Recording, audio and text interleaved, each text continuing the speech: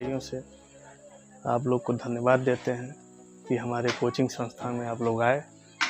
ये हमारा भी सौभाग्य है कि आप लोग हमारे संस्था में आए हैं ज्ञान प्राप्त करने। ज्ञान प्राप्त करिए और ज्ञान प्राप्त करने के साथ साथ मेरा ये प्रयास होता है कि आप लोगों के अंदर चारित्रिक विकास हो,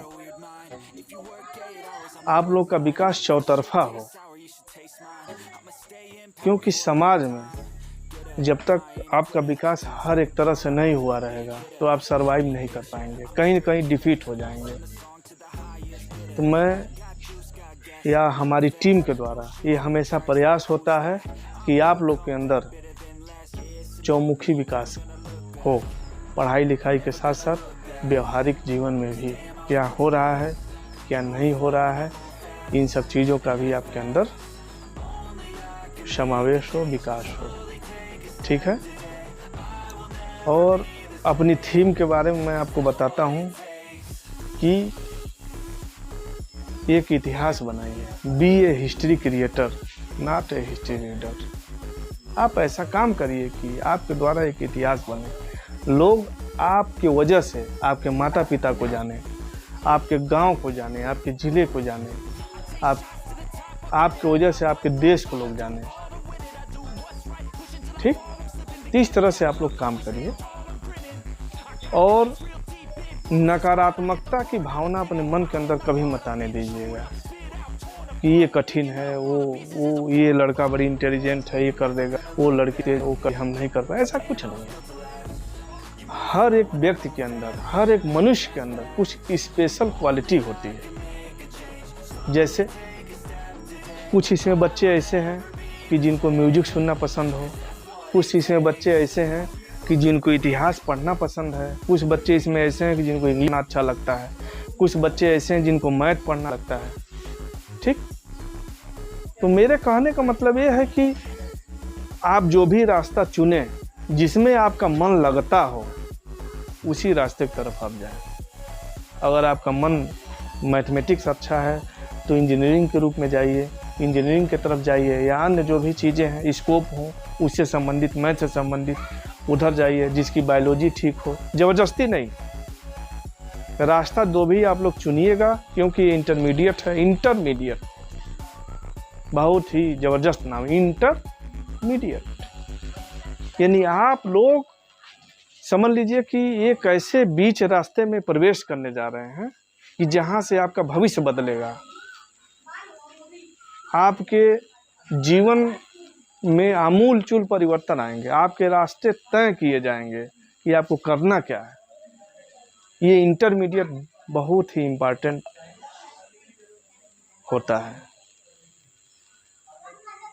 ठीक है, तो इसको गंभीरता से लीजिएगा, इसको खेलने कूदने के चक्कर में बर्बाद मत करिएगा। ठीक है, तो यही सब चीज़ें हैं जिसको आप लोग अपने जेहन में उतारिए और इसको जो है आगे। ठीक है, और बाकी आपके जीवन में तमाम तरह की घटनाएं हो रही हैं। कई बच्चे हैं इस समय मोबाइल में बहुत व्यस्त रह रहे हैं। मोबाइल पर ज़्यादा समय देने की ज़रूरत नहीं है। जो एनसीईआरटी पैटर्न आया है उसकी किताब को पढ़िए।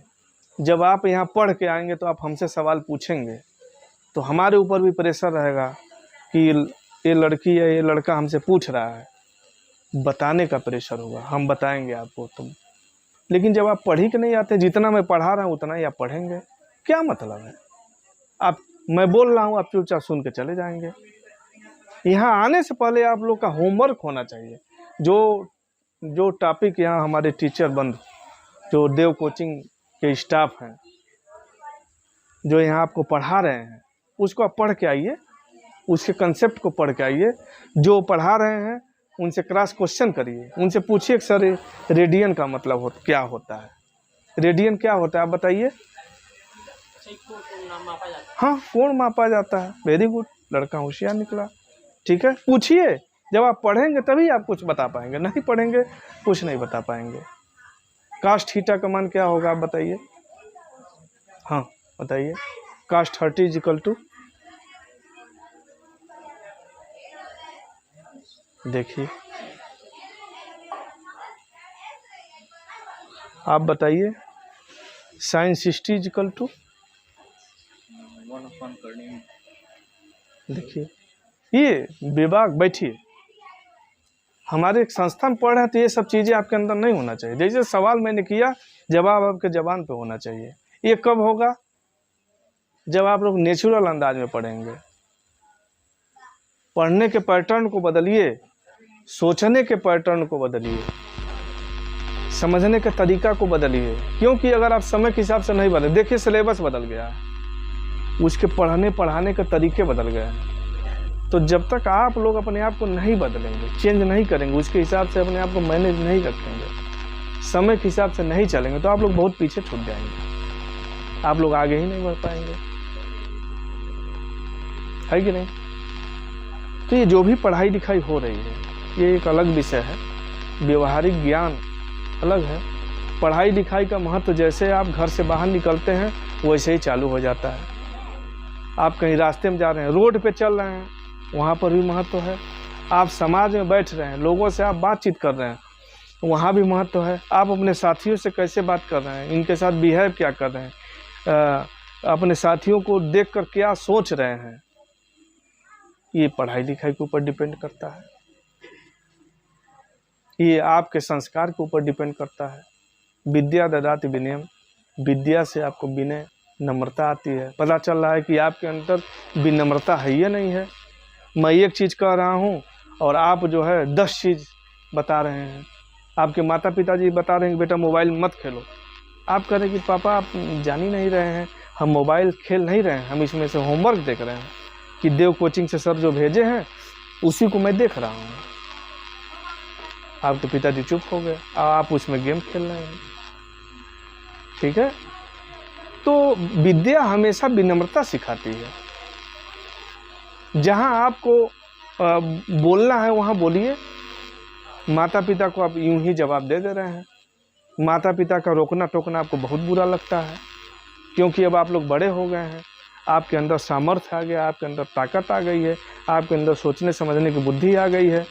कई बच्चे नाराज़ होकर बाहर निकल जा रहे हैं, भाग रहे थे। आए दिन सुनने में आता है कि क्या नाम है आपका, दीपचंद के पिताजी ने इनको कुछ जो है कहा और दीपचंद गुस्सा के घर छोड़ के चले गए, या कहीं जो है जाके फांसी पर झूल गए। लो, है कि नहीं? ये सब क्या है? ये अधूरापन है, अधूरा चीज़ है, अधूरा ज्ञान है। पहले इंटरमीडिएट में एक चैप्टर हुआ करता था, अनरेस्ट एमंग द स्टूडेंट, छात्रों में बढ़ती बेचैनी। इस पर बहुत टॉपिक था, सिलेबस हटा, इस समय पढ़िएगा उसको, सारी चीज़ें उसमें बताएगा। आप ही की उम्र के लड़कों के लिए वो चैप्टर लिखा ही गया था, बहुत अच्छा चीज़ था कि छात्रों में बढ़ती बेचैनी के क्या कारण है। अगर आपके अंदर बेचैनी है तो उस बेचैनी का दिशा क्या होना चाहिए, किस दिशा में आपकी बेचैनी जानी चाहिए। कुछ छात्र ऐसे होते हैं उनकी बेचैनी गलत दिशा में जा रही है, कुछ छात्रों की बेचैनी ऐसी होती है कि उनको कुछ बनना है, कुछ बड़ा लक्ष्य हासिल करना है, उनकी बेचैनी उधर जा रही है। बेचैनी के दो और ध्यान रखिएगा।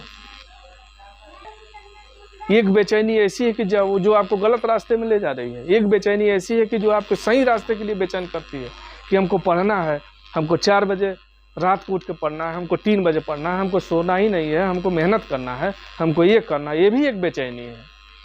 एक बेचैनी ये भी है कि हमको पढ़ना नहीं है, हमको जाना है सिटी मॉल में पिक्चर देखना है, हमको फलाने लड़के के साथ जाना है, वहाँ पार्टी है, वहाँ जाना है, तरकुलहा जाना है, फिर से वहाँ जाना है, फिर से वहाँ। ये भी एक बेचैनी है।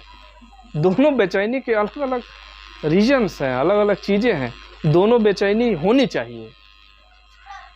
एक बेचैनी आपका भविष्य तय करेगा, एक बेचैनी आपका भविष्य बर्बाद करेगा। दोनों चीज़ें, ये दोनों पहलुओं पर उस चैप्टर में दिया गया है कि जो छात्रों के अंदर बेचैनी है, युवाओं का जो जोश, जो जज्बा है, उसको किस दिशा तक मोड़ा जाए। और ये मोड़ने का काम छात्रों के, जो छात्र हैं, जो हमारे यहाँ के स्टूडेंट हैं, उनके जज्बे को मोड़ने का काम हमारे देव कोचिंग के जो डायरेक्टर सर हैं विद्यानंद सिंह जी और मैनेजिंग डायरेक्टर हैं श्री विजय सिंह जी, ये सब लोग जो है सही दिशा में ज्ञान देते हैं और आपको सही दिशा देते हैं। एक बार इन दोनों लोगों के लिए जोरदार ताली बजाइए कि आप लोग को जो है सही दिशा देते हैं।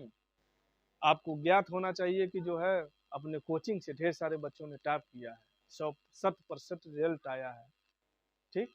और आपके यहाँ आपके कोचिंग में जो है CBSE, ICSE, NCERT पैटर्न पर जो भी चीज़ें हैं, इंग्लिश मीडियम और हिंदी में हर से क्लासेस है और सर के बढ़ाया जा रहा है और बच्चों से रिस्पांस है। और आपके कोचिंग में जो भी आपके भाई जो यहाँ से पढ़ के निकल गए हैं और जो आपके छोटे भाई जो कक्षा 10 से 11-12 में आए हैं, उस सारे के सारे बच्चे का रिस्पांस बड़ी अच्छा मिला। और जो भी बच्चे टॉप किए हैं, आप ही के यहाँ से पढ़ के अलग अलग दिशाओं में अपना परसेंट ला रहे हैं, ठीक है। Thank you.